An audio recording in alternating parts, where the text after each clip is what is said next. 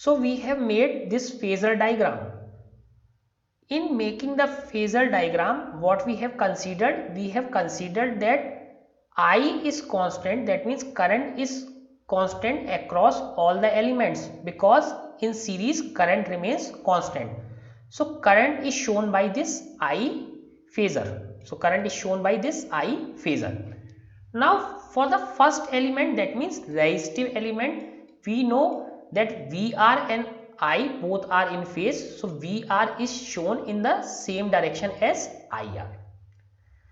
Now for capacitive element, so what we know, in capacitive element current I is ahead or voltage is lagging. So voltage is shown at 90° clockwise, that means clockwise means lagging. So voltage is 90° behind for capacitive element. Now let us see inductive element. In case of inductive element, current is 90° behind or voltage is 90° ahead. So here it is shown as anti-clockwise, that means voltage is ahead. It is ahead. So this is phasor for voltage of inductive element, this is phasor for capacitive element, this is voltage phasor for resistive element, and I is here because I is single. Now let us talk about what are the magnitudes of these phasor. So we have already learned that suppose this is voltage, maximum voltage. So the size of voltage phasor must be equal to maximum voltage. The size of voltage phasor must be equal to maximum voltage, or size of current phasor must be equal to maximum current. So from here, since I is common, so we are noting down the maximum voltage in terms of current. So from Ohm's law we know V is equal to IR, and this magnitude of this voltage phasor is VRM, that means maximum voltage for R. Maximum voltage across resistance VRM is equal to IM into R. Now for capacitive element, the maximum voltage drop across capacitive element is IM XC. So XC works as R, that means resistance. So this is also very similar to Ohm's law. Now across inductive element, maximum voltage drop across this inductive element is Im into XL. So these are magnitudes of the phasors. These are the magnitudes of these phasors VR, VC and VL. So these are the magnitudes. Now we also know that voltage drops across each of these element must be equal to, sum of these must be equal to voltage of the AC source. So VL, VR and VC must be equal to V. This we have already know, that voltage drop must be equal to the sum of voltage of the AC source. Now we have to see the what is the phasor relation. The phasor relation whose vertical components give the equation is, so in terms of these phasors, VL, VR, VC must be equal to V, where this V is the phasor of the source. This is phasor for inductive element, this is phasor for resistive element, this is voltage phasor for capacitive element, this is voltage phasor for the source. And from this relation we know VL plus VR plus VC must be equal to V. So we are solving this using the phasor relation. So if we see this figure 13.B, since the VC and VL are always along the same line in opposite direction. So one thing we must note, that if current is in this direction, let leave the R phasor of voltage. Let us see this capacitive voltage phasor and inductive voltage phasor. So definitely this will be on this side, that means ahead of current, this will always lag behind the current, and this is 90 plus 90, 180 degree angle. This is 180 degree angle.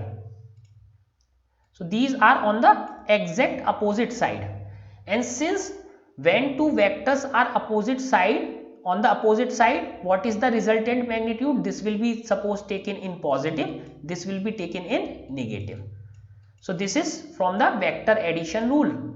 Since vectors are in opposite direction, one vector can be considered negative, one vector can be considered positive. And which vector will be bigger depends on the value of XL and XC. Suppose if this XC is larger than XL, then this vector will be large. Suppose if this XL is larger than XC, then this vector will be much longer. So that depends on the value of XL and XC. So in this diagram what we see, these are exactly in the opposite direction. One is in this direction, another is in this direction, exactly opposite direction. So this relation represented in figure this 7.13b. Since VC and VL are always along the same line, so these are in same line and in opposite direction, they can be combined into single phasor. So what we can do? We can do the vector addition for both of them and make a single phasor. So how do we do? So here we see this is VC plus VL, and remember these are vector notation, these are in bold, these are vector notation, so one will be in minus. So now what is the magnitude?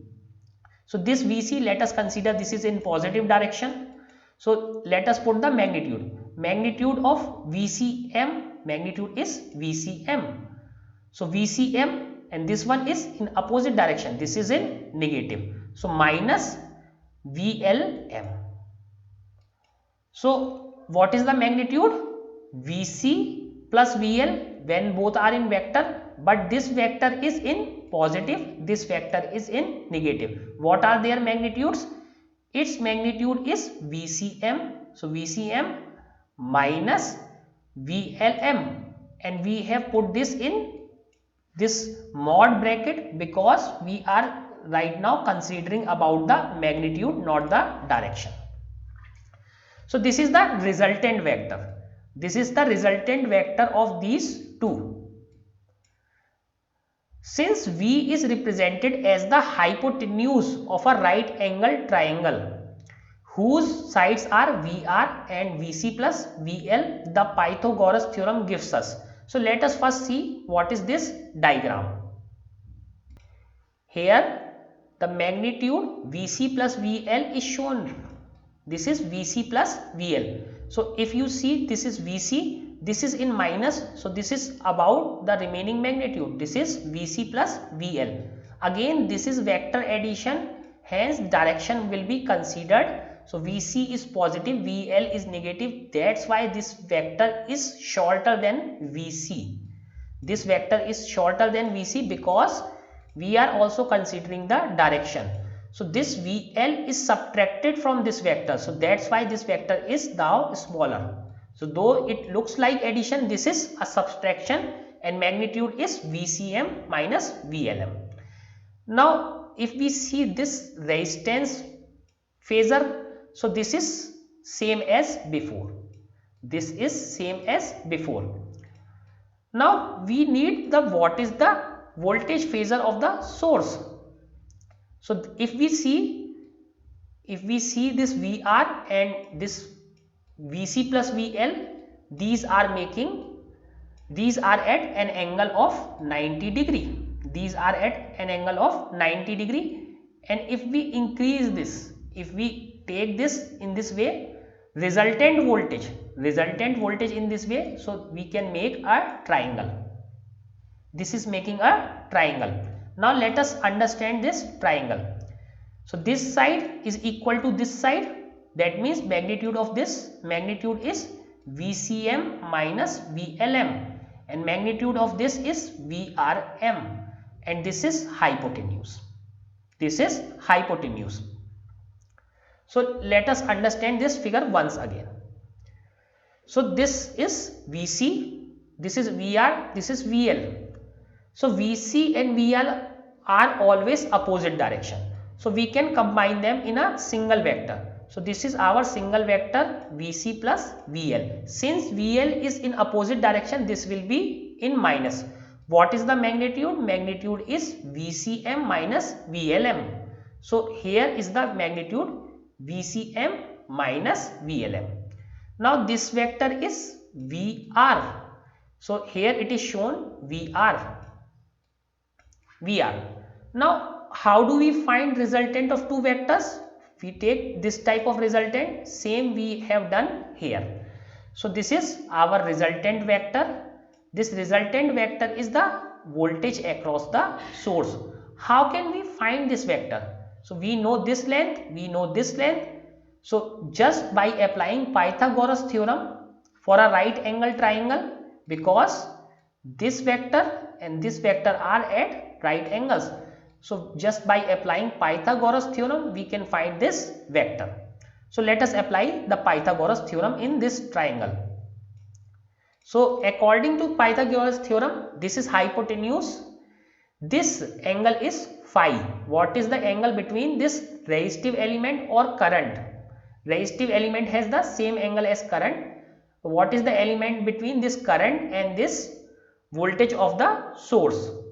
So this angle is phi. So that means this is perpendicular. This one is perpendicular.